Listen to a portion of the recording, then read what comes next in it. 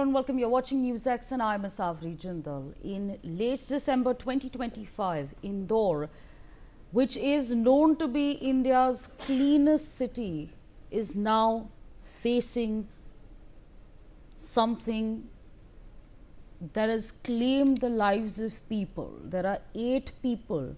In fact, they faced a shocking public health crisis in its Bhagirathpura area. Contaminated municipal drinking water sourced from the Narmada pipeline has triggered a severe outbreak of vomiting and diarrhea, is what we're understanding at this point in time. Cases of people suffering from diarrhea and vomiting were first reported in the Bhagirathpura area of the city. A week back, local residents have claimed that 13 people, including a 6-month-old child, have died so far, while officials said only 4 deaths have been confirmed thus far. In fact, at least 8 lives have been lost, many unaccounted for, with reports suggesting that up to 13 deaths have reportedly taken place, and over 1,001 residents have fallen ill, many requiring hospitalization as well. Investigations revealed a deadly combination of infrastructure failure at the checkpost of a police station where a sewage seep into a main water line. Let me introduce the guest joining us at this point in time. Dr. Salil Garg, cardiologist, Shri Mahant Indresh Hospital, joining us at this point in time. We're also being joined by Dr. S.K. Podar, former Honorary Assistant Secretary, IMA. Also with us on the broadcast is Ms. Kavita Ashok, environmentalist. Last but not least, Mr. Anand Arya, environmentalist, also with us on the broadcast. Let me go across to Dr. S.K. Podar and gather an understanding from you, sir. How critical is it to assess the bacterial load present in this water source? Because we know for a fact that there are hundreds of people who are currently hospitalized, and we're seeing also deaths that are being reported at this point in time. So it's very unfortunate that in 2026 we are talking about deaths due to contaminated water, and that is also in a big city of India, not in a village. So it must be due to some mixing of sewerage with the water, drinking water line, and of course it must be due to some bacteria, because this type of gastroenteritis, either it is due to bacteria or virus. So we can't say unless we get laboratory report. But it's very unfortunate that patients are dying due to this. If they get timely treatment, no deaths should occur, even if there is severe contamination of water. So that is my submission. Why people are dying? Why is there any delay in starting treatment? Because the late cases of this gastroenteritis only go into dehydration and then maybe possible death. If they get timely treatment, this should not happen. It's very unfortunate. Absolutely. In fact, let me go across to Mr. Anand Arya, who's also with us on the broadcast. So, we've been having these conversations about the AQI and how people in Delhi have been bearing the brunt of toxic air, and now we're talking about contaminated water as well. Where exactly is it all going wrong? Because it's not about right to drinking fresh water. It's not about right to AQI. It's about right to life, right to something that is as basic and as fundamental as clean water. You're absolutely right. I think it's a fundamental right to life that unfortunately has not been given much importance either by the government or by the administration and also by the judiciary. You see, this is a straight case of criminal negligence. And criminal negligence, as Dr. Poddar said, that there has to be some kind of a contamination. And in your opening remarks also, you mentioned that a certain amount of sewage line, sewage water got into the main pipeline. Now, this is, to my mind, is criminal negligence. I think but bigger point as you raised, it's the right to life. Now, right to life includes the clean environment, which means the air and water both. Now, unfortunately, if the same water had gone to Lachin's Delhi, there would have been such a hue and cry, and somebody would have been suspended or transferred. But that's the max. So, unless and until in our system we get the accountability built in, like as it's in the private sector, you don't deliver, you get sacked. You do a bad thing, you get this thing. The only thing these people get correct, chastised is when they're caught under the Corruption Act. So I think it's a complete negligence on that part. And these are part of our, as you said, it's a part of our fundamental right to life. The government has the responsibility, and somebody must be hanged for this. Right, absolutely. Dr. Salil Garg, I'd like to get a word in from you over here because, yes, accountability is extremely important, but right now we have to look at the situation, and the situation tells us that there are people who are hospitalized. How are you viewing the situation, number one, and what perhaps is the medical infrastructure, the medical care that is required? Because, like I said, hundreds of people right now are hospitalized. Thank you, Asavri, for getting me on the program. And let us begin by two or three aspects.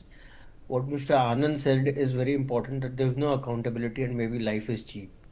Having spent more than 35 years in the medical profession, I know that we tend to deal with these things in a very, very shabby manner and a shoddy manner.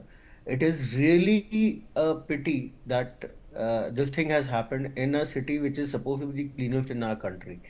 But having said that, let us also come back to what actually goes wrong. Yeah. As we say, the chalta hai attitude and the jugaad attitude is what is causing all this problem. Today we are willing to accept a lot of deaths. Maybe 8 people have died, maybe they're not related to us.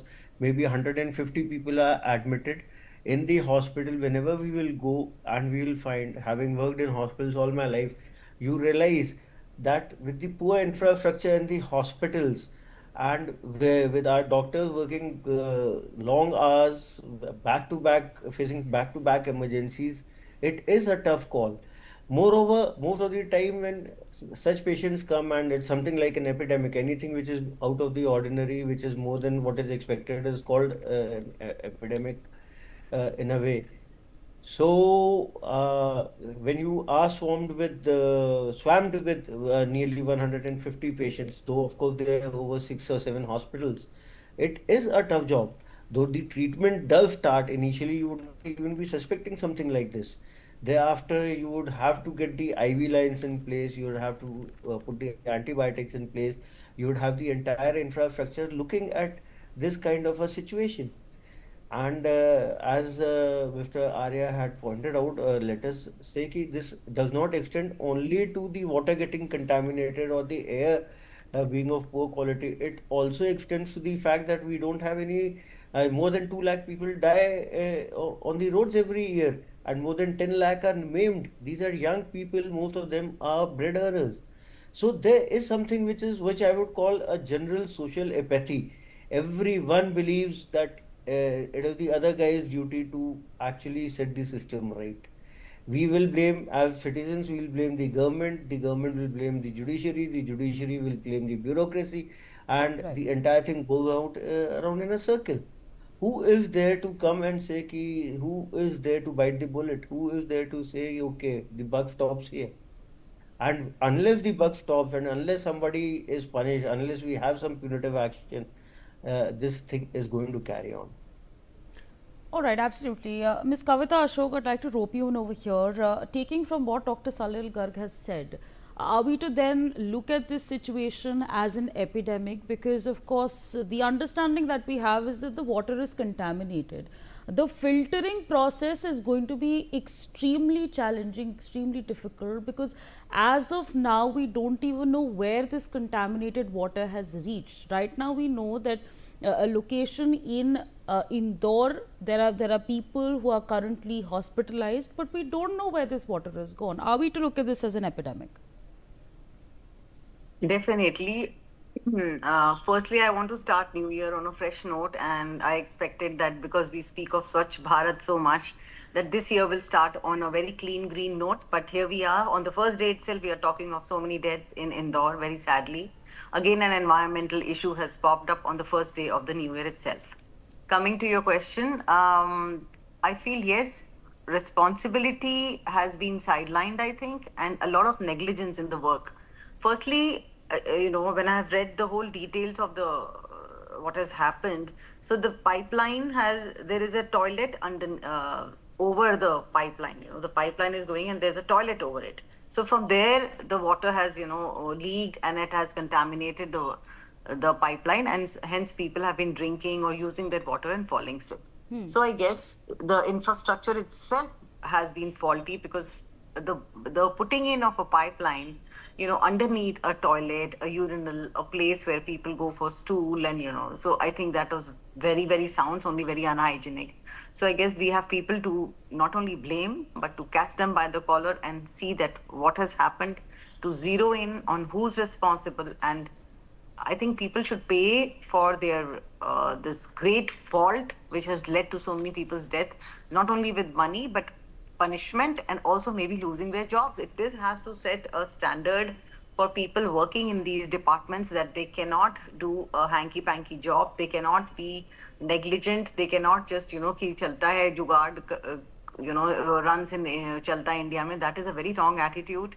And I think, Asavri, it's time that maybe in the new year we need to sit up and think how we can improve the very infrastructure of our country so that such cases, very basic fundamental rights of air and water, are met with.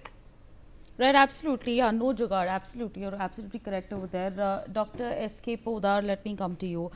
Uh, the solution is not to not drink water.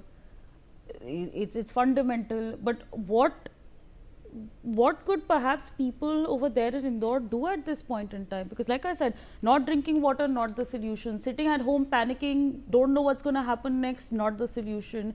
People who are feeling the symptoms but don't necessarily think that something bad is happening to them. What is the advice that you would perhaps want to give to these people who are either stressed right now or panicking? I think first the local government there, they should ensure that they get clean water, the people of that area, and then all the patients who are having symptoms of diarrhea, vomiting, they should immediately be checked up by the doctor whether they are going into dehydration or not, because we have to pick up early cases of dehydration to prevent death. Early cases of diarrhea, dysentery, vomiting can be treated in OPD, but we should identify those patients who are going into dehydration, and then they should be admitted and maybe given intravenous IV fluids and maybe some other medicines. So proper examination of all the patients in OPD, and then assuring clean water in that area immediately, maybe by some other source. If pipeline is damaged, then by tankers, etc. So we should provide, the government should provide immediately to the area drinking water and healthcare facility. I am sure doctors must be working day in day out. Their doctors always work beyond their capacity. It is somewhere fault in the government system. Absolutely. Mr. Anand Arya, let me come to you.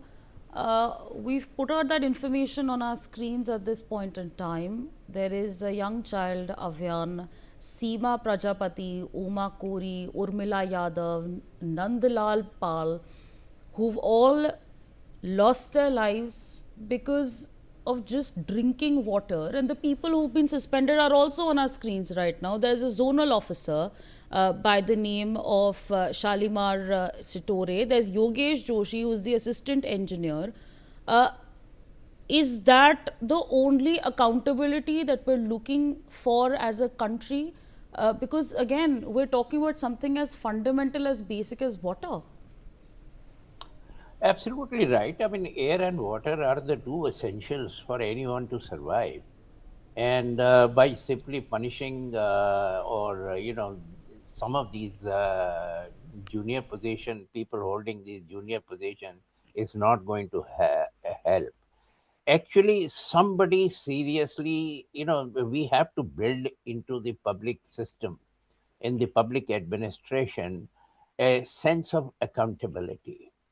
And the other thing is that when we, as citizens, once the government fails and the administration fails, our only recourse is the judiciary. And the judiciary has to take this in line that if anything like this must be so severely punished that it sets an example for somebody else. You know, I remember from our school days, I mean, one guy used to be punished, and the whole class used to be absolutely in perfect shape for a few days. So, something, unless and until that is done, and unfortunately, what the Supreme Court does, it files the finds the municipal committee, MCD or whatever municipality it is, 50 crores, 10 crores. Now, who is paying this? This is the money which is the taxpayer like you and I are paying. So unless and until somebody is held accountability. Now, let me just say this: had this happened in US, by this time, the whole water supply system of Indore would have been declared as a bankrupt, because the courts there award such heavy punishment to the errant and the delinquent that people think about it, that we need to behave ourselves. Now, so unless and until that is done, and I think it is time when I'm sure the hospitals and the health administration must have taken note of, they would have done the cultures of all the viscera and all, and found out exactly what is the, what exactly is causing this.